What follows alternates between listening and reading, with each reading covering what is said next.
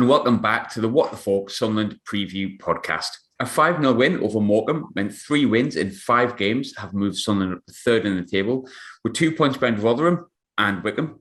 However, there's no rest for the wicked, and there's another huge test looming as we welcome this season's surprise package Plymouth Argyle to the Stadium Light on Saturday.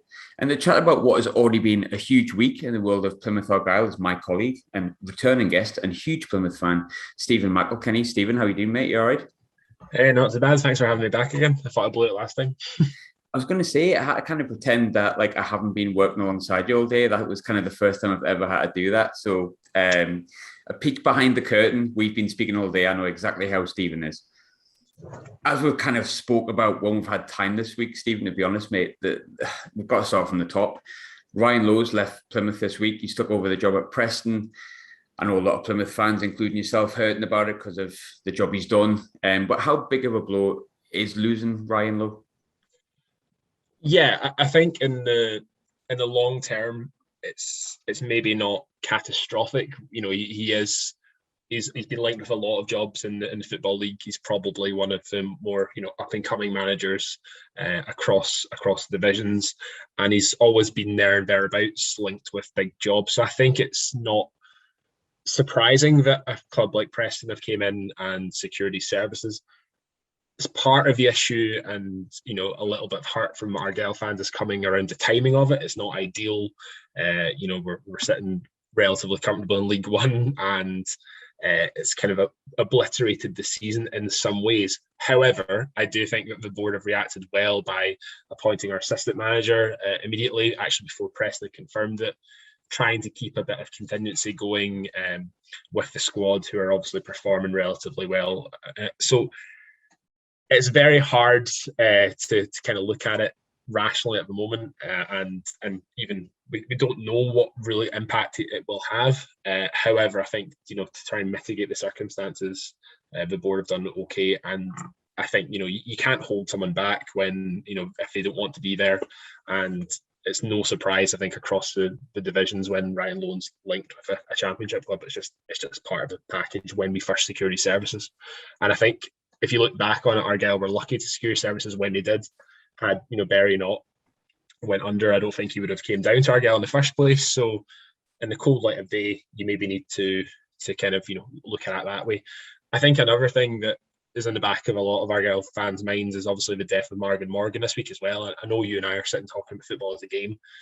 Sometimes the bigger picture and a lot of perspective comes into it when you get a guy who's 38 years old in peak physical condition, or was when he was playing, and just passed away like that. So it is one of those. It's been a very strange week to follow Argyle, but perspective is everything, and no one's bigger than the club at the end of the day. And I think that clubs now especially have those sort of modern practices in place where they try and build beyond one manager or one director of football or one player. So I think that would be probably the way to do it, and the kind of looking at it 24 hours later, that's probably how I feel. I think with Ryan Lowe, because I was listening to the previous show that we had on, it was the second last game of the season. We were kind of sleepwalking towards the playoffs. You weren't in the best of form. We certainly weren't. We, I think, won 3-1 that game. I barely remember because I had a horrific hangover that day. Funnily enough, that was when restrictions had slightly opened in Glasgow. Too much sangria for me that night. But we talked about Ryan Lowe on that show, and we discussed how when you've got a manager that his name crops up continuously because he's a young manager that's coming through, and there's a lot of clubs that are looking at him, that you kind of almost inevitably expect it to happen. But the Ryan Lowe move to Preston seemed to happen almost overnight. You mentioned the timing before. Is that kind of the biggest frustration, that you kind of knew one day would go, but the fact that he's kind of gone in 24 hours is a bit more frustrating? When I said timing, I don't necessarily mean how quickly it happened. I think it's more looking at the busy winter schedule, looking at January coming up, a really crucial time if we're serious about pushing on. That's probably worse than the timing. I think, and I have no insight into this, but you'll probably know better than I do, and fans listening to this will know better than I do, that I don't think it's been done in 24 hours. Let's be honest about it. I imagine that Ryan's obviously got his family up there in the north, and it's probably seen the vacancy, and he's had his head turned slightly before he's even been contacted. Now, I'm not saying any foul plays went on, but I don't think it's been 24 hours, and I don't think fans are really concerned about that timing aspect of it. It's more the fact that Argyle are in the best position they have been in a long, long time. They had a crucial run of games, including an FA Cup tie, which we obviously came through. That we're in the third round of the FA Cup. We're sitting quite relatively pretty in League One for our sort of, I would say, lowish standards or lowish expectations this year. So it's more about that timing than the 24-hour sort of aspect of it, to be honest. You never know. Maybe he fancied a Christmas party close at home. Christmas party or a cheese and wine gathering, that depends what you're. Cheese and wine gathering. That's cheese it. And wine. That's the one. It was one of the things that I'm sure. I'm not quite sure. My memory's fuzzy, but with Ryan Lowe, we'll touch on one more thing with him before we move on, because he's not going to be involved in any way, shape, or form in the game at the weekend. But what has Ryan Lowe brought to Plymouth, and what could he potentially lose with it going? Well, this is what I was saying to you. You know, I had also an indication of this game. You know, we'd be chatting ahead of this game a couple of weeks ago, and was thinking about. I mean, from top to bottom, Argyle have been reorganised and restructured. But as I said to you on this podcast before, it's not been a case of at a board level. There's fan engagement. There's all of the the great things that are going on with Simon Hallett, etc. He's definitely brought a brand of football that has become associated with Argyle, three at the back, or, wing backs, etc., fast attacking football, giving every game a go, the antithesis of Derek Adams football, which we were sort of accustomed to for a while. So he has, definitely had a mark on the squad. And I think as well, a lot of players would want to play for him. He brought a lot of the Berry connections, Danny Mayer obviously being the real standout, who we're likely going to lose in January now. If I was a betting man, I'd say that. I think that's maybe the sort of the very sort of pragmatic things that are there he's lost, that he brought, sorry. But I do think that the club as a structure is well run, it's well organised. The contingency of having his assistant manager coming in might mean it's relatively similar in the style we play. Obviously, time will tell in 35 minutes or something when we kick off against MK Dons. But I do think that he's had an impact on the club, undoubtedly. He's been a massive part of the transition at Argyle and the way that they've shaped things from coming up from the divisions.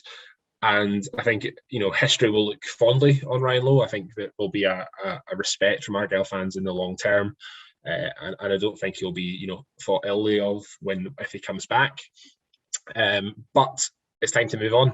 That's as simple as that. And the ambitions of a club are above the ambitions of one man. Simple as that. Talking about moving on, I think the club, as you said before, announced Stephen Schumacher, his assistant, before Ryan Lowe had officially been confirmed at Preston, although I think we all knew it was sort of happening. It does sometimes happen in football clubs where the assistant gets promoted. Sometimes it works, sometimes it doesn't. You mentioned to me during the week that you're relatively happy with it, or you understand it at least. What were your thoughts on the move, and what are the Plymouth fans' thoughts on the move? Well, again, it comes back to that contingency aspect. If Argyle were to appoint someone totally fresh with new ideas, and also if our entire development team and squad the coaching staff had left, then yes, you have no option but to sort of reinvent the wheel. However, Schumacher said he wants to stay on. His family have moved down to Plymouth. He showed a commitment to the club and a loyalty to the club. Surely, he's learned under Ryan Lowe. He knows the players. We're coming up to January. I imagine there's been, it's not like Football Manager in January 1st. You go, I'm going to sign this guy. Clubs have been targeting players from the start. They know exactly what positions they need. So there's an awareness that comes with appointing Schumacher. And arguably as well, in the position that Argyle are in, it's maybe not as risky to appoint him and give him a shot. Now, it's not like we're fighting for relegation, and we arguably are fighting for promotion. Now, that may go, but realistically, was automatic promotion an aim for Plymouth Argyle this season? Probably not, So I think that fans are relatively excited about it to an extent, that they understand it. It's a logical decision. It's not, reinventing the wheel. It's not ripping up what we've built. There's a degree of contingency of what we can expect, and I think if you were in the board's position, most fans would have made the same call. It was done seamlessly, it was done quickly, it was done efficiently. And, at the end of the day, we're playing MK Dons in a massive game tonight, and we've got Sunderland. If you look at the run of games we've had against, top clubs, it's important we can't dilly-dally. And that's exactly what Argyle have done. They've just went in quickly and sorted it, which is all you can ask for, really, as a fan. I was going to say, from a fan perspective, you've maybe answered this question in a way, but I'm trying to remember the times it's happened with Sunderland. I think maybe Sabrasia took over from Roy Keane, and it felt like a very boring appointment. I'm not going to lie, and fans do live on excitement, and they kind of think when a manager goes, "Oh, can we get this person, this person, this person?" before you're ultimately disappointed and you're presented with Phil Parkinson. Not a case with that at Plymouth, though. It was a case of, I think everyone thinks it's quite a clever appointment based on the circumstances, isn't it? Well, yeah, I think that exactly. I mean, it's a decision that makes the most sense, and I imagine it's not costing an arm and a leg to appoint our assistant managers to the managerial position first and foremost. We still need to be pragmatic about some restrictions, etc. Financially, we need to be cautious about that. So that's important. But also, it is an upheaval in the season, right? There is no denying that. However, has the upheaval been minimised by the fact that coaching staffs are staying, the assistant managers taking over, the players are arguably just as settled under a similar playing system? Yes. Also, is there as much pressure on Schumacher as there would be a new manager? I'm not so sure, because if you think about it, when he's coming in, he's looking at it in a way of, well, they knows what's there. The fans don't maybe expect as much from him, so we'll maybe give him a bit more time. Whereas if you were to get a name, if you were to get someone in that was tearing up the whole ethos of the club, then that can also be jarring with the fans as well. So I do think it's been done in the right way. If you look closer to our home and look at what's happened at Rangers, for example, where they lost every single member of their coaching staff. Now, yes, they were fortunate and it was an international break and they have appointed a really good coach. But the pressure, obviously, that comes from a Celtic and Rangers manager anyway, but the pressure that's on Giovanni Van Bronckhorst, for example, is exceptionally high. There's an expectation the first defeat's going to be, crest and half across papers, crisis mode. I don't think that'll happen at Argyle. We could lose tonight. We could potentially, see the wheels come off a little bit. But we've won 17 games, or we didn't get beat 17 games in a row this season. The wheels were going to come off at some point. And an interesting theory from fans that's came up now is that, was Ryan Lowe's head turned a few weeks ago when we went on this sort of poor run? Was that part of the, the issues that have came up? Now, I don't really buy into that. I think the players and the managers would be professional to the end. But that just shows you how, a week's a long time in football, and looking back on it, it can change quite rapidly, the attitudes towards people. So I think that the club have handled it in the best possible way. And I think if it was the end of the season, it maybe be a different thing. You could say it's lacking ambition, but I think for a December the 7th appointment, it's as good as you can get, really. Talking about Plymouth season as a whole, obviously a lot's changed this week, as we've discussed at length, but I'd be lying if I said that Plymouth weren't the surprise package. You look at the teams up and around there in the top 6, top 8, and I think most of them you sort of expect to be there. You've got yourselves, you've got your Wigans, you've got your Wickhams, you've got Rotherham, the teams that were tipped to be there, whereas Plymouth were probably more widely tipped to be relegation candidates, if not to be relegated at the start of the season because of the poor run of form they had, despite having Ryan Lowe. That hasn't been the case. I think even if you do sort of drop off, which you may not, you never really know at this point in the season. Regardless, you should be absolutely safe and at the very least mid-table. But why did the team start the season so well? What was different about the end of last season when you're in poor form to come into this season and then suddenly just go top of the league out of nowhere? Well, the team didn't start off very well. I mean, they got absolutely hounded by Rotherham the first game of the season, and they did. We've done that. Don't worry. We're all used to it. I thought this is going to be a long season. But I actually think, and I think we talked about this actually, I couldn't believe the business that Argyle got done in the summer. I really couldn't believe the players that we're bringing in and the players we were managing to retain. The fact that Danny Mayer stayed on, Ryan Broom came in. I thought really just smart signings. Jordan Garrick as well. Decisions that, I mean, I think I must bring this up every time, but like the Will Grigg throwing money at something, it was very well thought out. It was the signings were, well planned. We had Ryan Hardy return, on a permanent. So we had all of those things where every signing I thought this is going to be one where we were right. This is the last sort of good one. And then the next signing came in. I think one of our first signings was Dan Scarr, I think from Walsall, and we'd scouted him since like February. So it shows you the level of detail that was being put in. And not just by Ryan Lowe, but by the club as a whole, by Andrew Parkinson, by everyone involved in the club. And as I say, that's why I think that a lot of Argyle fans feel somewhat optimistic about even the change, because yes, it's not ideal, but the club from top to bottom is being well run. It's being well managed. That Price of Football always says it's amazing reading Argyle accounts how transparent they needlessly are. It's stuff like that it gives you a confidence in your club. And it, as I say, I think that's part of it. I do think that they signed well. I've said it to you every single time I see that Mike Cooper is one of the best keepers in the league, undoubtedly for me, and probably one of the best potential. Look, Jeffcott, obviously hot and cold, but we signed really good.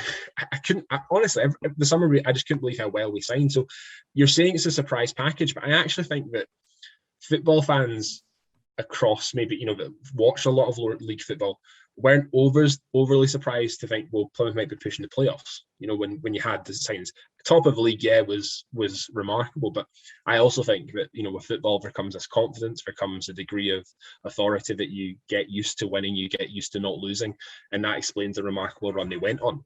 And I think as well, I think it's a very weird league this time. I think League One it's quite strange. If you get a good run of fixtures, you can batter a few teams, and then there's a lot of good teams, there or thereabouts at the top. But Paul Sturt used to always say, if you win your home games and draw away, you've got a good chance of going up, and that's basically what Argyle have been doing. So, I mean, you say the surprise package, but I think if you look at like 4-4-2 and stuff at the start of the season, yeah, but when you actually look at the players they've got on paper, you go, well, actually, no, you'd expect this team to be thereabouts, especially when you see what other League One teams have signed. So I think your forwards as well, you look at your forwards, you've got, I think a lot of my thought process at the start of the season for why I thought Plymouth would be there was, can both those forwards continue to score in Ryan Hardy and also Jeffcott? And the fact of the matter is they kind of haven't they? And I think it also goes to prove that despite the other players you've got around as well, if you've got strikers that can score goals. But there was one particular player I wanted to touch on, because I'll openly admit, for me, he's the worst player Sunderland have ever had. But he's doing all right at Plymouth. Brendan Galloway, how's he getting on? Well, he had a really bad injury. Awful injury. So he's not going to feature. I think probably until I think it might be the start of next season. I think he dislocated his knee or something like that. It was pretty bad. Jesus, not good. It was in a Tuesday night game, so he was doing quite well. I think he was set to go to the AFCON with Zimbabwe. So he was doing well for Argyle. He was, and again, it was part of that attacking sort of flair that we had, going forward. We had speed, we had pace, and home park's a relatively wide pitch. You play it. If you give teams a goal, regardless of who they are in this league, you're going to score. And that was Argyle's attitude for us. So no, it wasn't too bad for us at all. And I mean, we've got a habit of doing this. Remy Matthews is an absolute god in Devon, and you guys can't stand him. So it's just part and parcel of it. How players are in the system and how they bed into it is a big part of it, I think. Funny when you talk about certain players at certain clubs, I cannot for the life of me remember. I think it might have been Josh at work, obviously a Birmingham fan, discussing league camp. And he said, it was not too bad for us. And league camp probably up there with Galloway. Well, probably is the worst goalkeeper we've ever had. But sometimes players just fit into systems, fit into clubs, and a lot of, for some reason, a lot of them don't fit into Sunderland. But in terms of current form, obviously we're speaking, as we've said, before the MK Dons game tonight, so you could go and batter them or you could go and get battered. We don't know as we speak. The beauty of having to do podcasts. But you've got ourselves on Saturday. You've got Charlton and Portsmouth to come over the next few weeks. There's been a bit of a dip of form of late. Probably defeats that start of the season you might have expected in Wigan, Charlton. With the games coming up and the recent run of form you've had, is how important is the game on Saturday in terms of determining how your season's going to be defined, or is it kind of already better than expected, so it's not as important as it maybe sounds? I mean, I don't think any game at the moment is season defining. You know yourself, League One last night, you wouldn't expect to win 5-0 at Morecambe. You'd expect to beat them, but you also wouldn't be surprised if Morecambe had beaten you. It's League One. That's the beauty of League One, and the beauty of the Championship, and the beauty of League Two. I don't think any game is sort of defining. I think, however, that there could be a new manager bounce, or the issue is there might not be. And that's the thing. You might have this rot that's seeping in from a few defeats, we got blown away by Wickham at home, and then a last-minute goal against Wigan. So a real sucker punch. But Rochdale maybe steadied the ship. However, as I hinted at as well, a few injuries creeping up, a few sort of concerns, I guess, about burnout, etc. It's coming to that time of year. So I think, tonight and Saturday are really big games. Undoubtedly they're big games. You need to beat or pick up points against teams around you. However, it's not make or break. It's a big game in the fact that we have a new manager, players will be wanting to respond, and he'll be wanting to make his mark. So there's no denying it. However, I don't think it's as big a game as it is for Argyle as it is for Sunderland. And it's going to be a good one. It's as simple as that. I think it's going to be a very good game, and it's one that you'd be hard pushed to pick a winner. I think, in that based even on current form potentially, but looking at the league table, it's neck and neck really. So it'll be a big good game. Let's say that. You touched on it before about the expectations of Plymouth, and that people had. You felt you could do, and some people had you in and around the playoffs. Some other people thought mid-table. Other people, such as myself, shows you how much you know about football, probably tipped you to be in and around the relegation places. That hasn't happened. But because of the start of the season that you had and going top and going clear at the top of points, although it'd been early in the season, has it changed the expectations of the fan base? Or is the fan base still kind of like, it'd be great if we can go, first, second, third, or playoffs, but realistically, top 8 is good for us? I mean, let's not kid ourselves. No one remembers or cares who wins League One, right? No one cares. League One is all about getting out of it. It's as simple as that. So yes, if Argyle were somehow to get out of League One, it would be, you'd actually have to come to my house in Glasgow and just get me out of the foundations of it, right? That's the kind of level. I think, at the start of the season, yes, there's a lot of positives. Argyle were playing great football. However, you look at the league table and you see Sunderland have got 4 games in hand, or MK Dons have got 2. And if you follow football, it's not a genius workout. Yeah, you enjoy the buzz of being top of the league or near the top of the league. And I think there'd be a disappointment if Argyle were to go on and finish 15th, for example, or to not improve on last season's performance. I think that should be the aim of a club, especially in League One. It should be to improve on every season you're there. Build up from, set the foundations and build yourself up to that, playoff push or promotion push. So I think there'd be a degree of frustration and a degree of disappointment. I do think that if Argyle were to totally fall away, then you might find fans being slightly more disgruntled about the whole Ryan Lowe leaving mid-season thing, which would be understandable. But I also think that realistically, are Argyle going to be thereabouts? I'm not so sure. I think this is a critical, a critical junction of the season for sure. But I do think that, the expectations haven't been blown away. I have to be honest, when Argyle kept making signings in the summer, I was like, we're going to be thereabouts. I honestly thought they'll be pushing for playoffs. So I do, and I mean, the Rotherham of the team I've tipped to go up to win it all. And I think I said that as well at the start of the year. So I mean, that for me is good. The things I've generally thought. I think Argyle will be in the playoffs or thereabouts, and I don't think that even the run of games, the next 5-6 games are difficult, but we're still 17 or something to go, and if you can put a run together like you did at the end, or if you can reinforce in positions we need in January, then there's nothing to stop Argyle going on a similar run, because the brand of football they play is difficult to stop. It's attractive. People wanted to play there when Ryan Lowe was there, and if you're part of something and pushing for something, then by all means, I don't see why it can't continue. They've done this well this far, so I don't see why that would change. it's not like we've reinvented or ripped up the book we were on. So I think the expectations have maybe dipped slightly since, the bad run of games, but I think long term, the expectations of the club and the fan base remain kind of similar. You'll get your unrealistic, people that think we're going to win the whole thing, but I don't think it's going to dip too much, to be honest. Talking of Plymouth versus Sunderland, memories of playing you away genuinely quite good in my lifetime. However, memories of playing Plymouth at home are not necessarily great. You beat us last time you were there. You beat us back in the championship season when Niall Quinn was in charge just before Roy Keane took over. You've technically won in a space of a long spate of years that we've played each other 2 of the last 3 at the stadium.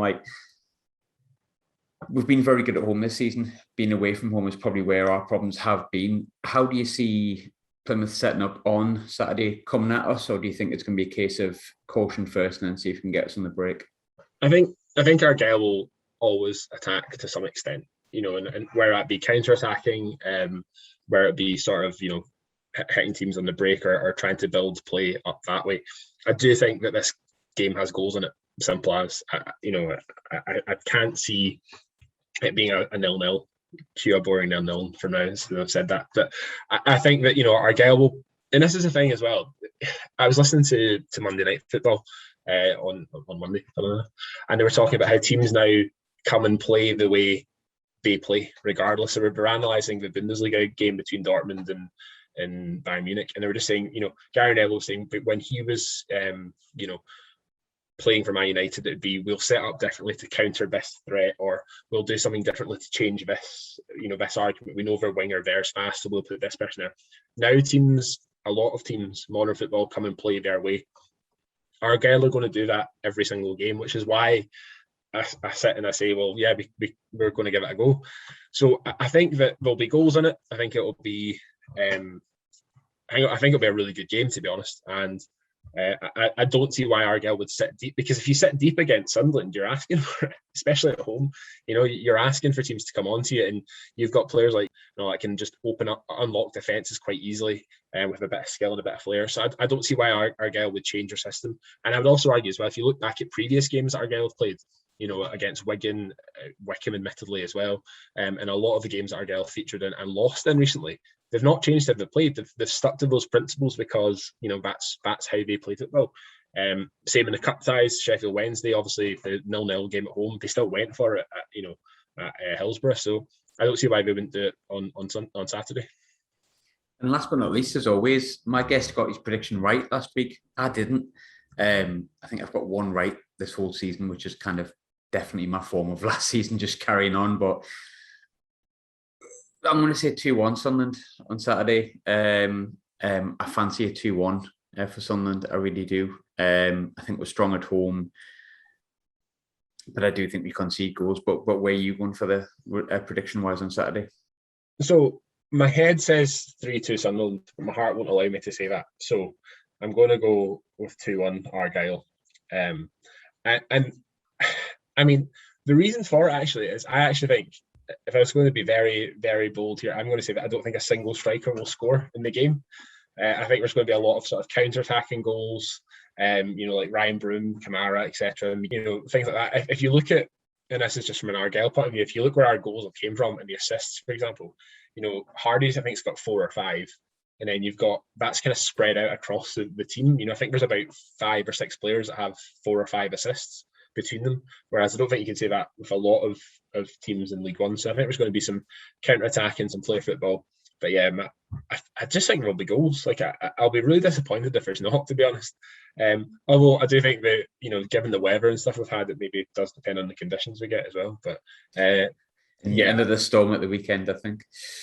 Yeah, so I mean that actually could change things a little bit, but I do think that there'll be goals, and I think whoever's going to the game, I was going to go until all these train lines stop pretty much, but I do think that there's going to be really good attacking and enjoyable football for those that go and watch it. I don't normally say this at the end of a podcast, but Stephen, thanks very much. I'll see you tomorrow. Yeah, I'll see you tomorrow. Thanks for having me on, and you can wear I actually wore the Christmas jumper to meetings today, which was I didn't realise I've got an Argyle Christmas jumper on, so you can wear it tomorrow, and that'll be revenge. if I can find one.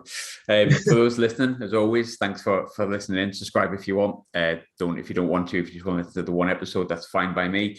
And enjoy the match on Saturday.